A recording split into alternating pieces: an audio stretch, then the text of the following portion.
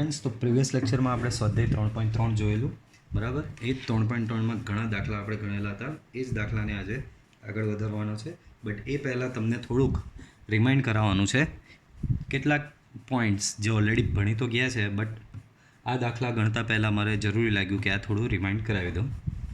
તો એ કોઈ ચોરસ શ્રેણિક હોય તો પહેલાં તો ચોરસ શ્રેણિક કોને કહેવાય? તો કે જે શ્રેણિકમાં હાર અને સ્તંભની સંખ્યા સમાન હોય, એટલે કે આવો n×n, લાઈક 2×2, 3×3, 4×4, આવા પ્રકારના શ્રેણિકને ચોરસ શ્રેણિક તરીકે ઓળખવામાં આવે છે. તો જો કોઈ એ ચોરસ શ્રેણિક હોય તો 1/2 a પ્લસ a ડેશ, ધ્યાન રાખજો, a ડેશ એટલે પરિવર્ત શ્રેણિક, ટ્રાન્સપોઝ ઓફ મેટ્રિક્સ, આપણે ભણી ગયા તે જ. a dash is equal two A T, બરાબર. બંને સેમ જ છે, તમે ડેશ લખી શકો કાં તો એ ટી લખી શકો છો, એ ટ્રાન્સપોઝ. તો જો એ ચોરસ શ્રેણિક હોય તો 1/2 a પ્લસ a ડેશ સમમિત શ્રેણિક થશે. સેમ એ જ રીતે 1/2 a માઇનસ a ડેશ તમારો વિસમમિત શ્રેણિક થશે. ઓલવેઝ જો એ ચોરસ શ્રેણિક હોય તો always this is universally accepted truth.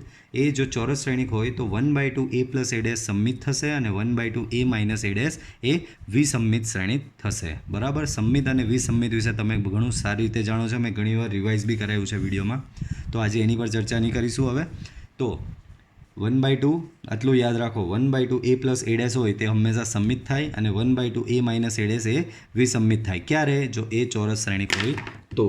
આગળ વધીએ. હવે એ બરાબર તમે આ વત્તા આ લખી શકો. કેમ? તો કે આનું સાદુરૂપ આપો તો શું મળે તમને? a/2 a dash by 2 a/2 minus a dash by 2 આવું મળે. a dash by 2 a dash by 2 cancel, તો તમને a/2 પ્લસ a/2 મળે અને a/2 પ્લસ a/2 શું થશે? તમારો a થશે. તો a બરાબર તમે આવું પ્લસ આવું લખી શકો. એનો મતલબ કોઈ બી શ્રેણિક એક a બરાબર તમે આ તમારો શું હતો? સમમિત શ્રેણિક હતો, તો આ તમારો સમમિત શ્રેણિક થશે, પ્લસ આ તમારો કયો શ્રેણિક હતો? વિસમમિત શ્રેણિક હતો, તો આ તમારો થશે વિસમમિત શ્રેણિક મતલબમાં. અને આ તમારો હતો એક ચોરસ શ્રેણિક. તો કોઈ બી ચોરસ શ્રેણિકને આના પરથી કન્ક્લુઝન એ નીકળે છે, બહુ જ સિમ્પલ કન્ક્લુઝન, કે કોઈ બી શ્રેણિક એટલે કે કોઈ બી ચોરસ શ્રેણિકને તમે એક સમમિત શ્રેણિક અને એક વિસમમિત શ્રેણિકના સરવાળા સ્વરૂપે દર્શાવી શકો છો. કોઈ પણ ચોરસ શ્રેણિકને તમે એક સમમિત શ્રેણિક અને એક વિસમમિત શ્રેણિકના સરવાળા સ્વરૂપે દર્શાવી શકો. અને સમમિત શ્રેણિક અહીંયા કયો? 1/2 a પ્લસ a ડેશ, બરાબર. અને વિસમમિત શ્રેણિક અહીંયા કયો? 1/2 a માઇનસ a ડેશ. તો કોઈ પણ ચોરસ શ્રેણિકને તમે એક સમમિત શ્રેણિક અને એક વિસમમિત શ્રેણિકના સરવાળા સ્વરૂપે દર્શાવી શકો છો. કોઈ પણ, પાછું એક વખત ધ્યાન આપો, કોઈ પણ ચોરસ શ્રેણિકને તમે એક સમમિત શ્રેણિક અને એક વિસમમિત શ્રેણિકના સરવાળા સ્વરૂપે દર્શાવી શકો છો. એની સાબિતી પણ મેં અહીંયા આપી. a equal to 1/2 a plus a dash plus 1/2 a minus a dash. આનું એડિશન કરશો તો તમને એ જ મળે છે. Okay, clear? નેક્સ્ટ, તો એના પરથી જ એક્ઝામ્પલ છે તે જોઈએ. તો શ્રેણિકને નીચેના 4 શ્રેણિકો આપેલા છે, તો 4 શ્રેણિકોને એક સમમિત અને એક વિસમમિત શ્રેણિકના સરવાળા સ્વરૂપે દર્શાવો, બરાબર. થોડી વાર પહેલાં જ મેં થિયરી ભણાવેલી તમને, એ જ છે. આ દરેકે દરેક શ્રેણિકને એક સમમિત અને દરેકે દરેક શ્રેણિકને પહેલાં તો જોઈ લો, દરેકે દરેક ચોરસ છે. કેમ ચોરસ છે? તો આ 2/2નો છે, આ 3/3નો છે, આ બી 3/3નો છે અને આ 2/2નો છે. તો દરેકે દરેક ચોરસ શ્રેણિક છે જ. તો આ દરેક ચોરસ શ્રેણિકને એક સમમિત શ્રેણિક અને એક વિસમમિત શ્રેણિકના સરવાળા સ્વરૂપે દર્શાવવાનું કીધું છે. તો કંઈ જ કરવાનું નહીં, આ આપેલો તે એ લેવાનો. પહેલાં તમારે આ શોધી નાખવાનું 1/2 a પ્લસ a ડેશ, એટલે સમમિત મળી ગયો. ત્યારબાદ તમારે આ શોધી નાખવાનું 1/2 a માઇનસ a ડેશ, એટલે કે તમને એક વિસમમિત મળી ગયો. પછી બેનો સરવાળો બતાવી દેવાનો અને એના બરાબર આ ઓરિજિનલ શ્રેણિક આવતો જ હોય છે. તો એ એક સમમિત અને વિસમમિત શ્રેણિકના સરવાળા સ્વરૂપે દર્શાવેલું કહેવાશે, બરાબર. ચાલો, તો પહેલો દાખલો અહીંયા ગયો. a ઇક્વલ ટુ 3 5 1 -1, બરાબર. તમારો શ્રેણિક કયો છે? 3 5 1 -1. હવે આને સમમિત અને વિસમમિત શ્રેણિકના સરવાળા સ્વરૂપે દર્શાવવાનું છે. તો મારે પહેલાં પાછું એક વખત બતાવી દઉં છું. મારે પહેલાં આ બેની જરૂર પડે. 1/2 a plus a dash, 1/2 a minus a dash. એના કરતાં બી પહેલાં મારી પાસે a ડેશ હોવો જરૂરી છે. મારી પાસે માત્ર a છે, તો એ પરથી હું પહેલાં શું શોધી નાખું? પહેલાં સ્ટેપમાં a ડેશ. a ડેશ એટલે પરિવર્ત શ્રેણિક. પરિવર્ત શ્રેણિક કેવી રીતે મળે? તો કે નિશ્ચય તમારે આપેલા શ્રેણિકની તમામ હારને સ્તંભમાં ફેરવવામાં આવે તો તમને પરિવર્ત શ્રેણિક મળે છે. તો પહેલી હાર બનશે પહેલો સ્તંભ 3, 5. બીજી હાર બનશે બીજો સ્તંભ 1, -1. Next step 1/2 a plus a dash માટે, 1/2 a પ્લસ a ડેશ માટે. બરાબર, પહેલાં આપણે આ શોધીએ. ચાલો, તો 1/2 ઇન ધ બ્રેકેટ a કાં ગયો? તો કે આ રહ્યો 3, 5, 1 -1. a ડેશ તો કે આ રહ્યો 3, 1, 5 -1. ઓકે, 1/2 બંનેનું એડિશન કરો.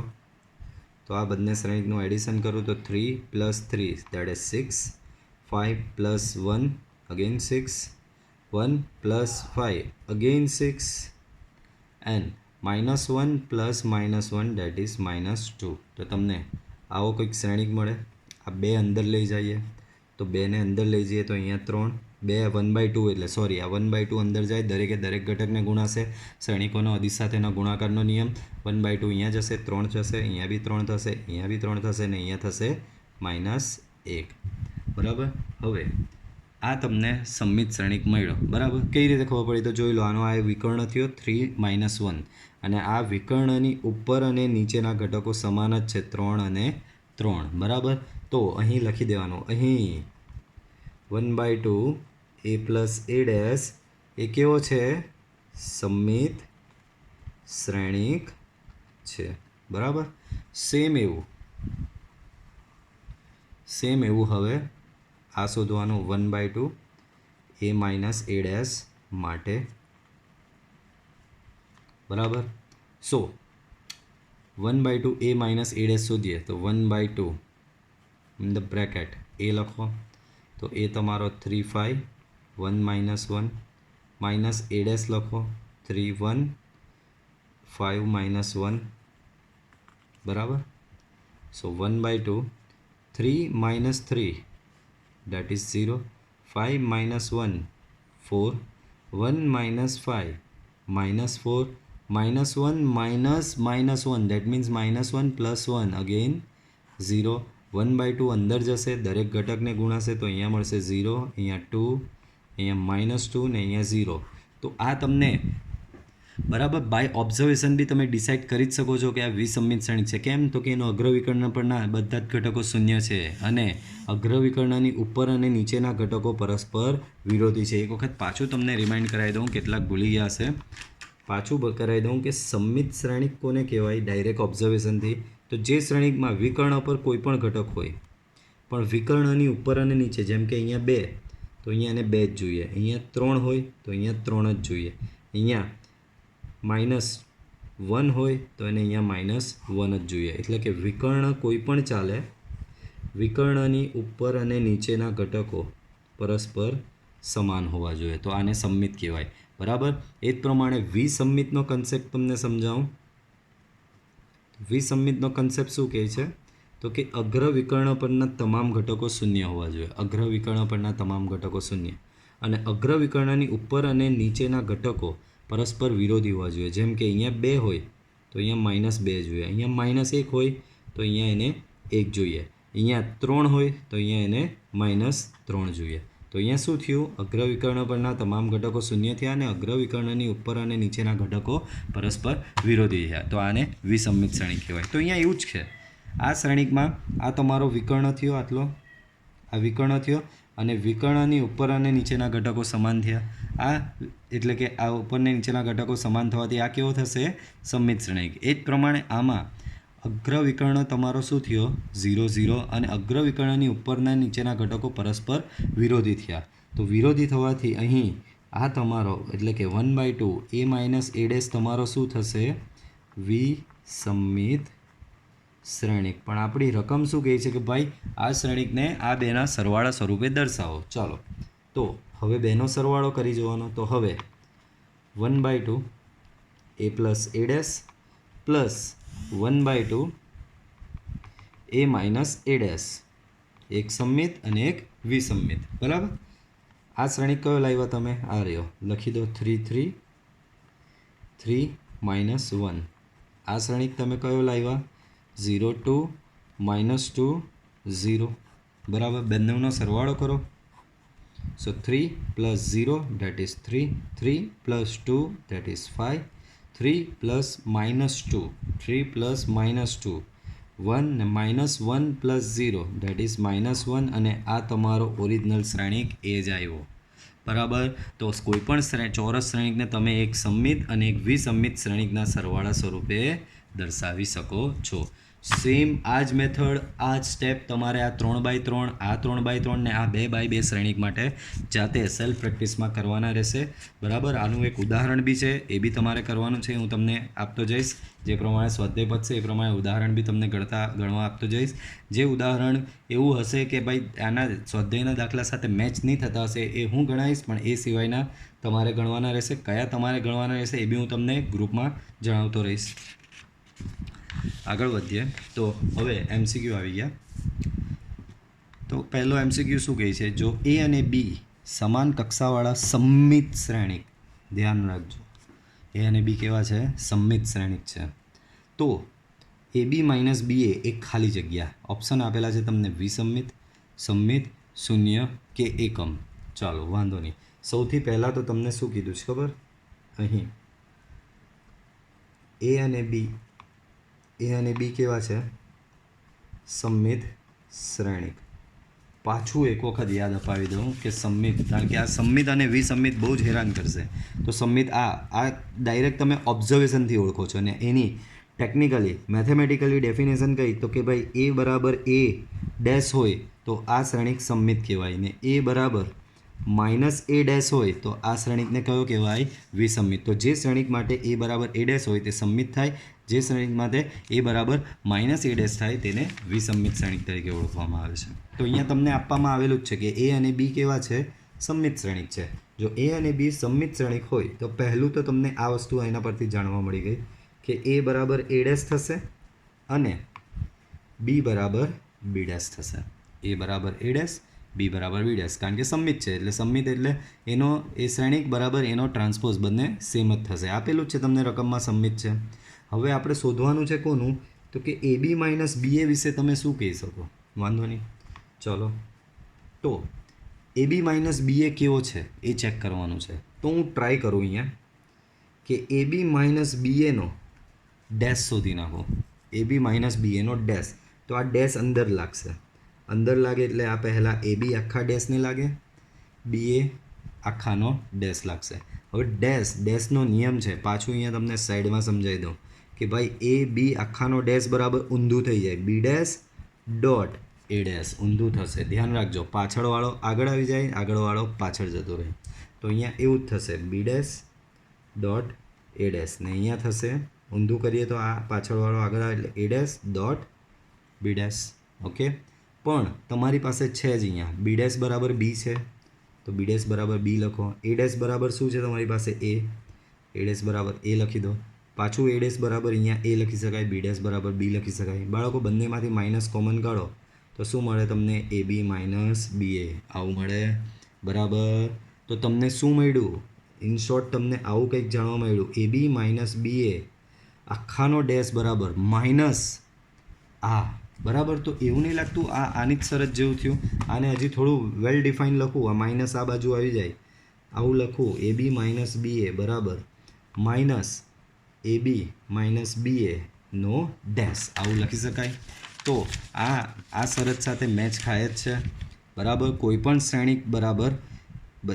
શ્રેણિક બરાબર માઇનસ એ શ્રેણિકનો ડેશ. તો કોઈપણ શ્રેણિક બરાબર માઇનસ એ શ્રેણિકનો ડેશ. તો આ તમારો કેવો શ્રેણિક થયો? એનો મતલબ આના પરથી શું તારણ મળ્યું કે આ માની લો કે x છે, તો અહીંયા શું થશે? આ x ડેશ. દેટ મીન્સ તમને શું જાણવા મળ્યું? x બરાબર x ડેશ. સોરી, તમને શું જાણવા મળ્યું? x બરાબર માઇનસ x ડેશ. તો આના પરથી તમે શું તારણ કાઢી શકો? એક્સ કેવો થશે? વિસંમિત થશે. એક્સ કેવો થશે? વિસંમિત. પણ એક્સ શું છે પોતે? આયરો એ બી માઇનસ બી એ તમારો એક્સ છે. એનો મતલબ એ બી માઇનસ બી એ શું થશે? તમારો વિસંમિત શ્રેણિક થશે. આગળ, જો આલ્ફાનું મૂલ્ય ખાલી જગ્યા હોય તો એ પ્લસ એ ડેશ બરાબર આઈ થાય. તો બાળકો અહીંયા શરત તમને આપેલી છે એ પ્લસ એ ડેશ બરાબર આઈ, અને એના પરથી તમારે આલ્ફા શોધવાનો છે. તો એ પ્લસ એ ડેશ બરાબર આઈ થવો જોઈએ. એના માટે પહેલાં અમારી પાસે એ ને એ ડેશ હોવા જોઈએ. તો પહેલાં એ શું છે અહીંયા?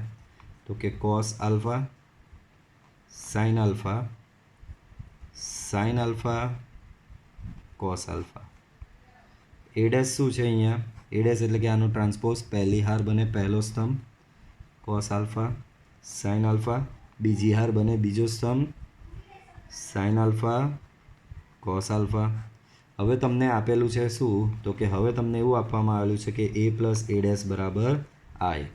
ડેટ મીન્સ એ આર્યો cos alpha sine alpha cos alpha plus cos alpha sine alpha cos alpha. That is equal to I એટલે પાછું જણાવી દઉં એકમ શ્રેણિક પણ કઈ કક્ષાનો? તો કે અહીંયા 2/2 જ થશે, કારણ કે સામે બી બંને 2/2 અને 2/2 એકમ શ્રેણિક તમારો કંઈક આવો થશે. બરાબર, 2/2 એકમ શ્રેણિક તમારો કેવો થશે? આવો થશે. આગળ સરવાળો કરી દઈએ તો કોસ આલ્ફા 2 કોસ આલ્ફા બરાબર. Same sine alpha plus sine alpha 2 sine alpha. again sin alpha plus sin alpha 2 sin alpha. રકમમાં અહીંયા માઇનસ છે, અહીંયા વાંધો નહીં, ચેન્જ કરી લઈએ. અહીંયા માઇનસ છે તો અહીંયા નીચે માઇનસ જશે. બરાબર, પહેલી હાર પહેલો સ્તંભ, બીજી હાર બીજો સ્તંભ, તો અહીંયા માઇનસ આવશે. આ રીતે અહીંયા આ માઇનસ થશે તો અહીંયા આ ઘટક તમારો એલિમેન્ટ થશે 0. આ element sine alpha minus sine alpha આ 0 થશે. અહીંયા cos alpha plus cos alpha 2 cos alpha થશે. That is equal to 1 0 0 1. બંને શ્રેણિક સમાન છે એટલે સામસામેના બધા ઘટકો બી સમાન જ થશે. તો બાળકો આ 2 કોસ આલ્ફા બરાબર તમને શું મળે? 1 મળશે. સો 2 cos alpha equal to 1. Date means cos alpha equal to half. અને બધાને ખબર કોસની કિંમત હાફ ક્યારે થાય? તો કોસની કિંમત હાફ જ્યારે આલ્ફા બરાબર π/3 હશે ત્યારે જ થશે. સો આલ્ફા બરાબર શું આવશે અહીંયા? π/3. જે આગળના જવાબમાં વિસંમિત જવાબ આવેલો એટલે તમારો ઓપ્શન રાઈટ આ આવશે. તો આ હતા આના રિલેટેડ MCQ. તો આ લેક્ચર પૂરતું આપણે આટલું રાખીએ, બાકીનું આપણે નેક્સ્ટ લેક્ચરમાં જોઈશું. Thank you.